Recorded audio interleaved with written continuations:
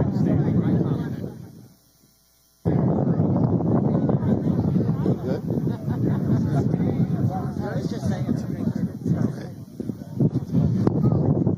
morning. Good morning. Thank you to my Democratic colleagues for your presence, for your unity, for your strength, and for your leadership. I'm deeply appreciative that we've been joined today by three extraordinary, hardworking American taxpayers, Heather, Jackie, and Jonna, whose lives are being upended by the government shutdown and the Republican healthcare crisis. And they are here to tell their stories. Donald Trump and Republicans in Congress have shut down the government 15 days ago. And they haven't done a damn thing since to try and reopen it. House Democrats are here, reporting for duty. We are ready, we are willing, and we are able to negotiate a bipartisan spending agreement that actually meets the needs of the American people, reopen the government, and decisively address the Republican health care crisis.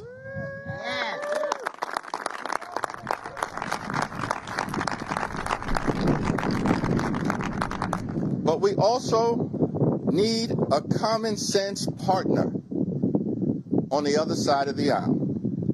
House Republicans shut the government down. Then they ran out of town. And for the last 3 weeks, they're nowhere to be found. What more can I say? You deserve better. You deserve better. The American people deserve better. House Democrats are fighting to lower the high cost of living. House Democrats are fighting to fix our broken health care system, and House Democrats are fighting to clean up corruption, to deliver a country that actually works for the American people. Donald Trump promised to love and cherish Medicaid. Instead, Republicans enacted the largest cut to Medicaid in American history. That's unacceptable. Republicans falsely claim now to be the party of health care, but their policies are closing hospitals, nursing homes, and community-based health centers all throughout the country. That's unacceptable. The Trump administration is giving $20 billion to bail out a right-wing wannabe dictator in Argentina. But Republicans are unwilling to spend a dime to provide affordable health care to working-class Americans. That's unacceptable. The American people deserve better. You deserve better. It's time to extend the Affordable Care Act tax credits.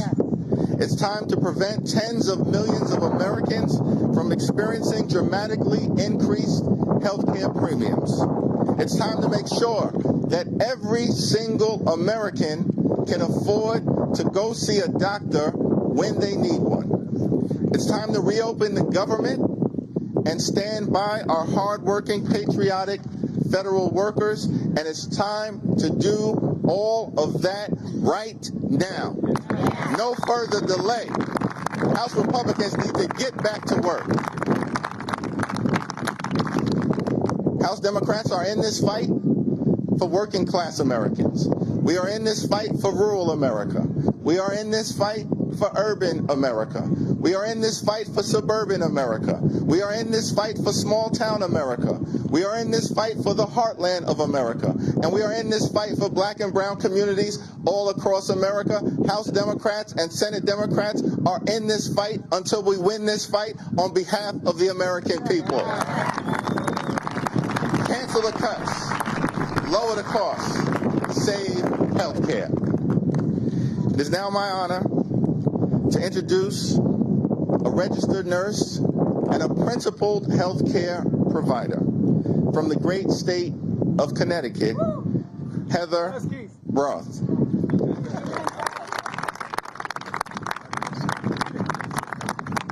Good morning, Washington, D.C.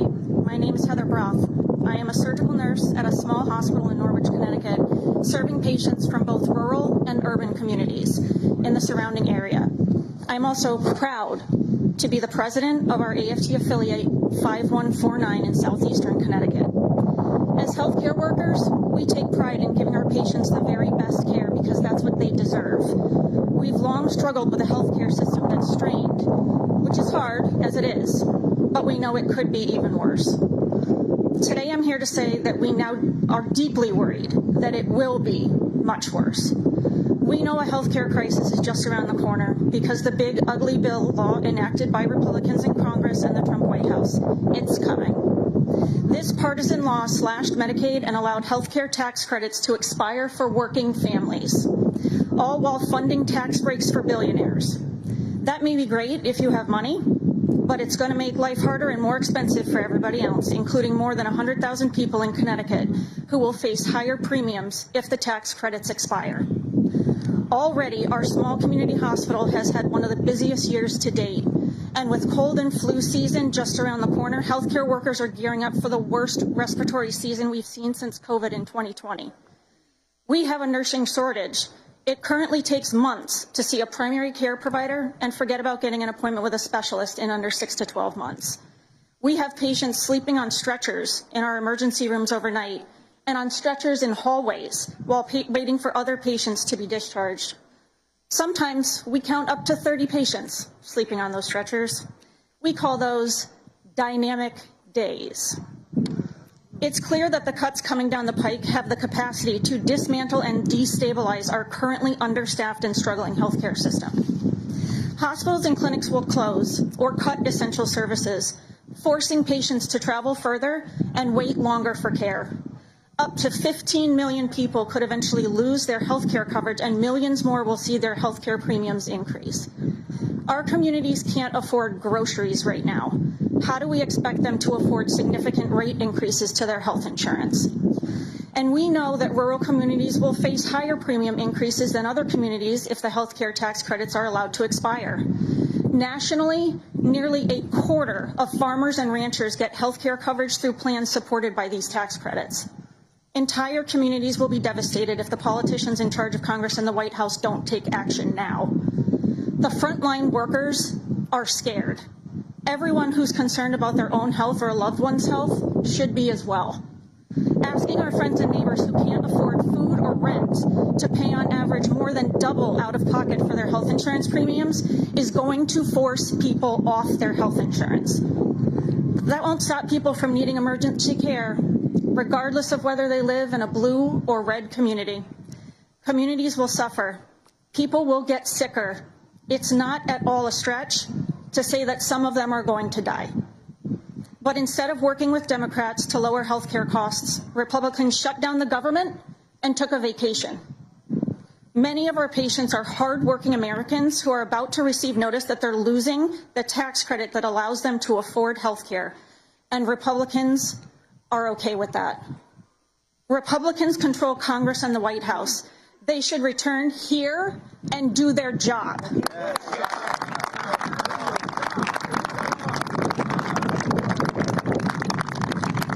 They should end this government shutdown and work with Democrats to rescue the health care that's now at risk. Our patients and communities deserve no less. And now it is my pleasure to yield to one of my siblings in this fight, Jackie.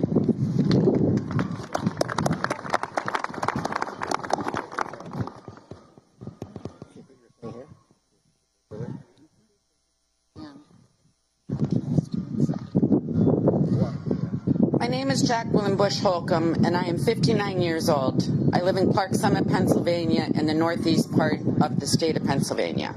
In 2008, my career as a mortgage wholesale lender came to a halt due to the festering mortgage crisis. My husband is self-employed as a certified residential appraiser. When I lost my job, we suddenly no longer had health insurance. We obtained insurance coverage for our family, and we paid for the coverage until our premiums became too expensive to afford. In 2014, I needed emergency surgery, but was denied coverage due to a pre-existing condition. We took money from our savings and paid out of pocket over $6,000 for my surgery. I appealed the cost of my out-of-pocket expense for my surgery and waited for a determination. We continued to drain our savings to pay for our health insurance premiums. While waiting for my appeal determination, our premiums increased dramatically. We were at a point where we could no longer afford health insurance. And then in 2015 came the godsend, the Affordable Care Act. We have received health insurance from the ACA since 2015. I currently work for my husband in his appraisal business. Our income fluctuates due to the real estate market. We update our income for coverage through the ACA accordingly as required. Our annual premium rate fluctuates, and we adjust our budget for coverage as we depend more and more on health insurance as we age. Our premiums are likely to double or even triple next year because of Republican cuts to the ACA. We will not be able to afford this drastic increase, especially since our other costs like food are going up as well. My husband is 62 years old and I am 59 years old. We cannot afford a sudden increase for health insurance, and we will have to go without coverage. We are just one American family having this discussion and realizing that we are taking a gamble on our own lives. We have depended on our health care coverage to keep us healthy, and I am thankful to say we are healthy right now. By forcing us to go without health insurance, Republicans will steal the good health from us that we currently have. Instead of working with Democrats to find a solution, Republicans have shut down the government and fled D.C. I am requesting, pleading, and now demanding that Republicans do their jobs and protect the millions of Americans like me who rely on the Affordable Care Act. Thank you. I will now yield to Jana.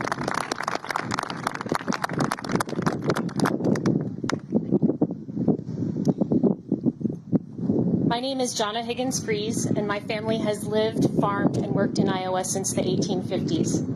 I'm here today as a private citizen and mother of 2 kids with critical and chronic illnesses who use Medicaid. When Senator Joni Ernst and Representative Marionette Miller-Meeks were voting for the big brutal bill to take working people's money away from Medicaid and Social Security to give handouts to the rich, someone shouted to Ernst that gutting Medicaid would kill an estimated 51,000 people next year, and Ernst said, "We're all going to die."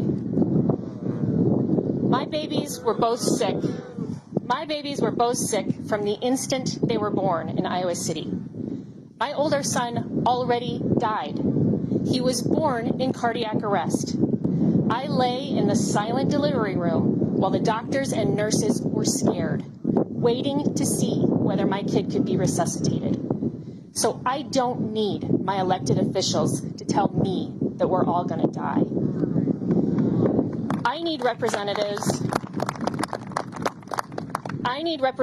like Miller-Meeks to stop stealing the money that helps my kids have a good life.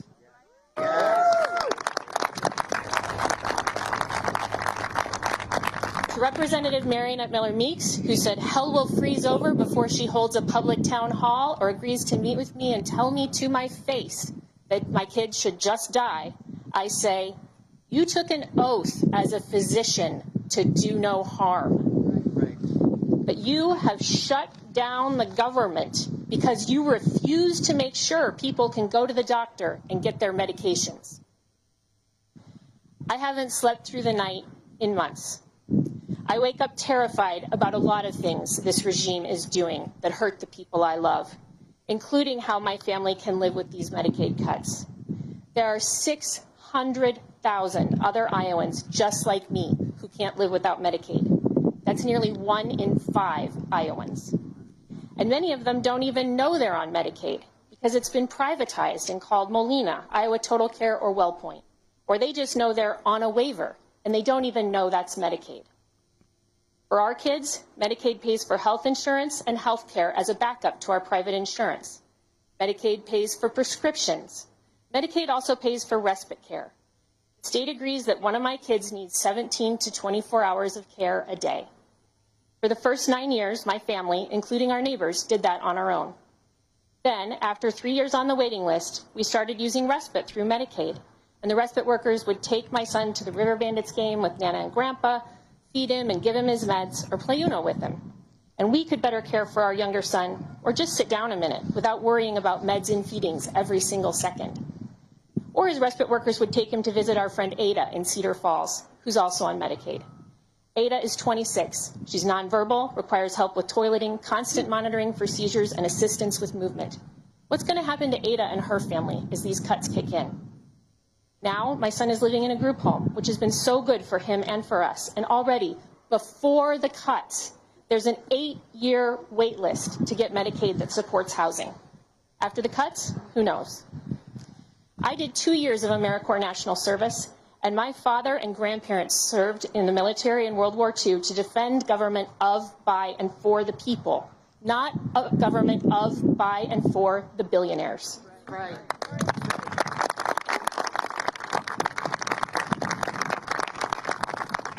We are the richest country in the history of the world. I don't know why we let Republicans waste our time saying that we can't provide health care for everyone. There's enough for everything for everyone, as long as we don't let Republicans and the rich steal more than half of it off the top. Thank you, Jonna. Thank you, Jackie.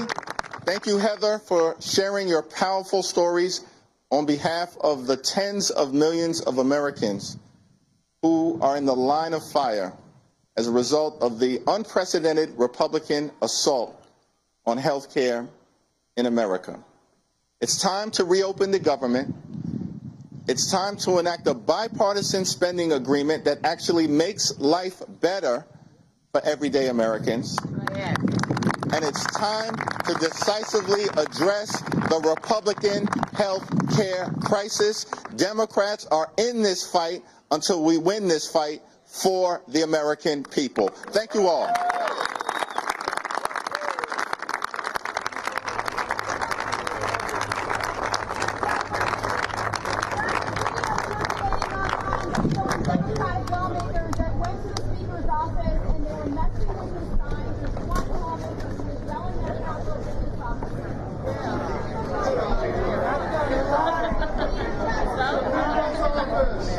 It's the people's office.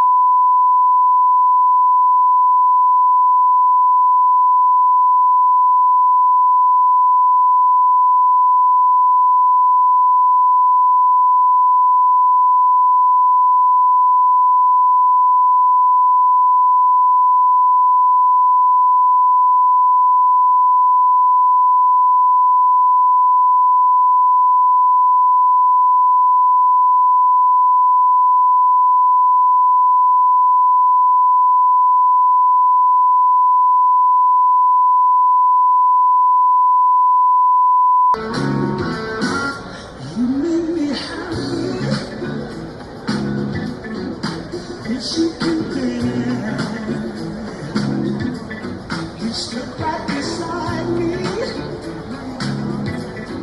and I won't forget. And I really love you. You should know. I wanna make sure I'm right, girl, before I let go. We had good time. That's it to say. We've hurt each other. Girl, it's a shame. I won't be foolish, no. I wanna make sure I'm right before I let go. You know I thank the sun rises and shines on you. You know there's nothing I would not do.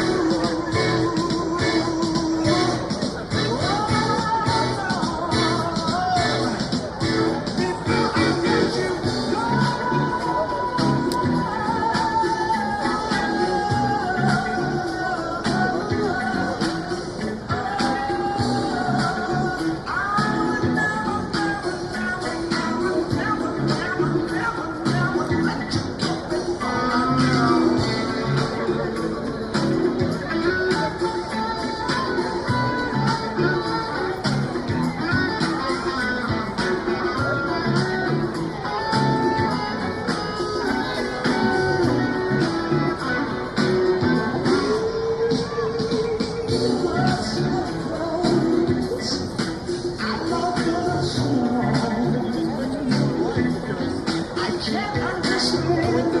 iterations of where I was supposed to be there.